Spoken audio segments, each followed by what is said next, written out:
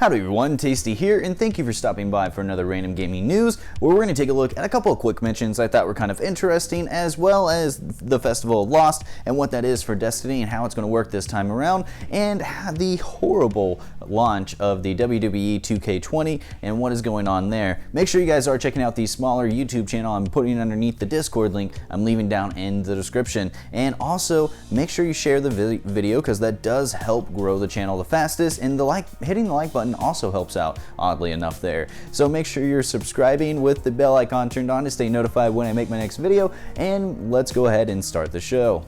Alright, kicking off the quick mentions here, I just want to talk about the I Love You Colonel Sanders, a finger-licking-good dating simulator, where it actually came out last month on Steam, I think around the 24th, where it has now hit the top of the free games for Steam, which is just quite silly to me because there are other games that I feel like maybe deserve that spot a little bit better than them, and this game is basically just where you date the mascot for KFC. But either or, a lot of people liked it and it climbed the charts. I've actually been watching Evangelina Scoff play it, and it's been quite entertaining to say the least. Alright, so TechRadar actually reported vaguely earlier in the week that you can actually buy the online service for Pokemon inside of Pokemon. Well, that left a lot of confusion for people to think that you are going to be able to just buy individual online services for Nintendo Online. So a lot of concern was raised about that because we like our SNES and N64 games hopefully coming soon. Wink wink, Nintendo. Anyway here, so a Nintendo spokesperson actually spoke to TechRadar and talked to them about it and said, no, this is just a different way to buy that online service, so that way we can make sure the trainers in the game can trade and actually battle other trainers. So it still leaves hope for people that want those N64 games or even more SNES games to come to that online service sometime soon. Lastly here, I just heard this, I think it was yesterday that it came out, that the Call of Juarez, the Gunslinger, is actually coming to the Switch on December 10th. So if you know any Switch owners and you don't have a present for them yet, why don't you go ahead and pick this up and make their Christmas just a little bit better. Alright, so Halloween is actually my favorite time of the year, and I love spooky stuff. I can't tell you how much I do, and on October 29th, we get to celebrate that with Destiny in their own way. That's right, Festival of Lost is coming out on that day.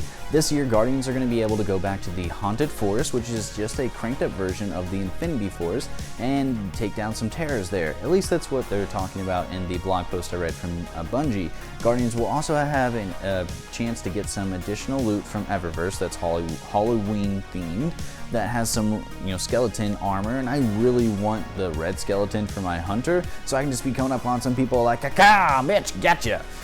Anyway, you can get some creepy ghost shells that you can put on your ghost, style them out, and you can celebrate Halloween with us as well. You get a skeletal pterodactyl ship, and I would love to fly around in space with that thing on my ship. Not only that, the best thing that you can get is spooky. It's a sparrow that's a broomstick. You can be jetting off back and forth and all over the place in that thing, and I really want that. Be driving around like a witch or wizard with my characters. Also, Guardians have a chance to complete a quest to get a masterwork auto rifle named Werewolf. This auto rifle is going to be coming from Braytech, and you can continue grinding it after you get the first masterwork one to infuse the other ones to give it higher light level and give it that extra kick. All Guardians alike can actually play this event as well. You just have to be light level 770, which is not too far of a stretch because you start off with light level 750.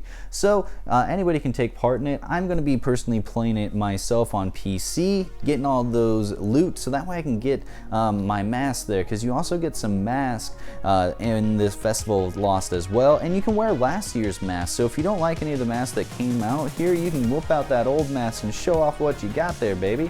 And if you do want to play with me on PC, my gamer tag on Steam is Darth Pretzel or Tasty. Just look for one of those. It'll be Darth Vader choking on some pretzels. Alright, so I just want to talk about the WWE 2K20 and how bad of a release that it's had so far.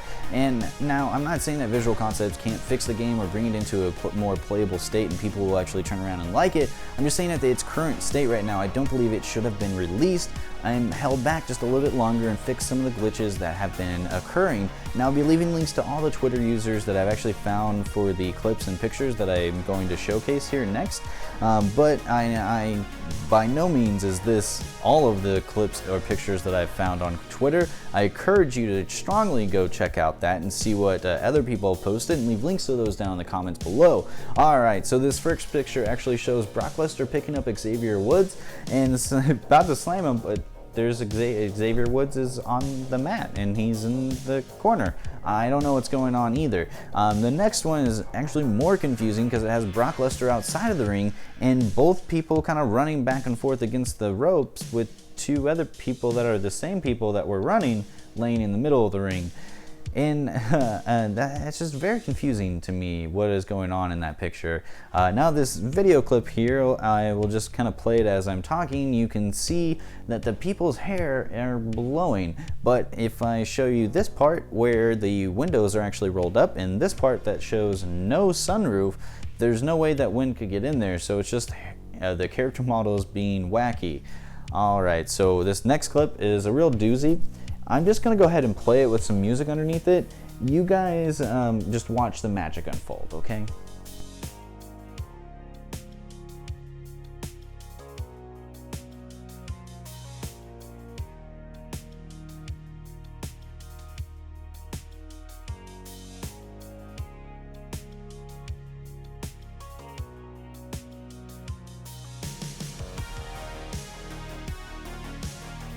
As you can see, the stairs put themselves away via an invisible elevator. Character models, they started freaking out, walking with their knees to their chest, and one of them got caught in the ropes and chairs. You know, they just out of there. They just got out of the ring as fast as they could. And, you know, I just want to take a second here and talk about what, other things kind of revolved around the game itself. Yuxco was actually meant to develop the game, and they've been developing games for 2K for their wrestling franchise since the early 1990s. But a few months ago, they actually split ways, and they're making an unlicensed wrestling game themselves. And now so that means that we don't really know if it's something that's going on with the engine that's causing this to go, or something in the development process when Visual Concepts came in to take over for the other developers. It'll be interesting to see how it comes out with their other wrestling game, if it has some of the same bugs and glitches, because if it does, that means it's kind of on them for their engine and not so much on 2K and Visual Concepts. So, you know, it's something that you may want to wait to see what's going on, but I really do think that Visual Concepts and 2K shouldn't have put the game out, especially in the state that it was, because you think about it like this. You're a parent that knows nothing about video games. Your son really likes wrestling. Christmas is just around the corner. That parent will then go buy this present for their son. They're going to open it up on Christmas and be super excited to get it. After getting it, they're going to put it in their system and they're not going to be able to play it at all. And that's just something that is kind of sad to me, because I put a lot of time and effort into video games. I play a lot of them. I already put 80 hours into Destiny. I've got The Witcher 3 that I put 10 hours into the last couple of days. I've put about 5 or 6 hours into the Outer Worlds, so I play a lot of video games constantly. And if I were to buy something like this and it wasn't playable or in the state that it was, I can guarantee you I'd be refunding the game. But that parent that bought it for their child and it's a couple of months away from Christmas can't return it. Like, once that game is open, that game is theirs, and it's just going to sit on their shelves, and it's a $60 purchase that you can't get back. You're not going to get your money back on it, and you're not going to get the time and enjoyment out of the game that you would have if you bought that $60 game or spent it on maybe 2 or 3 different games. And I wanted to talk about the character models and how bad they were, but I really don't want to rag on this game anymore. So I think it's just best if we move on to Tasty's Pick of the Week. Now we're on to Tasty's Pick of the Week. That's right, where I pick a video game that I've been enjoying throughout the week and give you a little bit of opinion on that game. Now, I know that Outer Worlds just came out yesterday for PC gamers, such as myself, through Game Pass at 6 p.m. But like I said earlier, I have already put 5 hours into the game and beat the first world. I think it's Terra 2.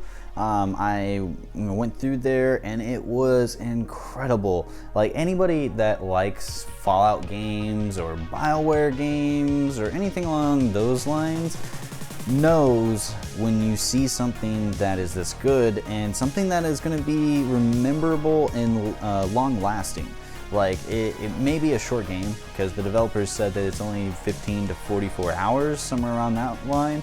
but it makes me feel like I should, explore these places that they're sending me to. Like Terra 2, I felt like I should be exploring everything. They come across some crazy monsters that took me down a couple hits. I came back, found some other weapons, came back at them, killed them. It was fun. Now, I had a lot of fun traveling and looking at the world. They are very pretty, what they put together. The character models are actually spot on. I really enjoyed the character models. They weren't, necessarily creepy, lifelike, but they were more in that upper part of the Uncanny Valley where, things start actually looking good again. And I really like that. They still kind of look like video game characters. Like, you will know if they're video game characters. They're not like, oh my god, that's lifelike. But they're better than most video game characters. And it's not something that I normally rag on or like brag on for a game. But it is something here that I think is worth mentioning because it's not only great, colorful looking worlds, but you get a Fallout style kind of gameplay with it and story because the New Vegas vibe is completely there. The developers can try all they want to deny it, but they have a certain style of humor and storytelling that plays through it, and that played through very heavily on New Vegas, Fallout New Vegas that is, and now it's playing very heavily in the Outer Worlds, and Obsidian did an awesome job with this game. The only thing that I can say that I really just haven't enjoyed a whole lot so far is the gunplay. Like, it's not saying that I didn't like it. I do still like it. It's fun to play and play with. It's just the guns themselves didn't feel like they really packed a punch.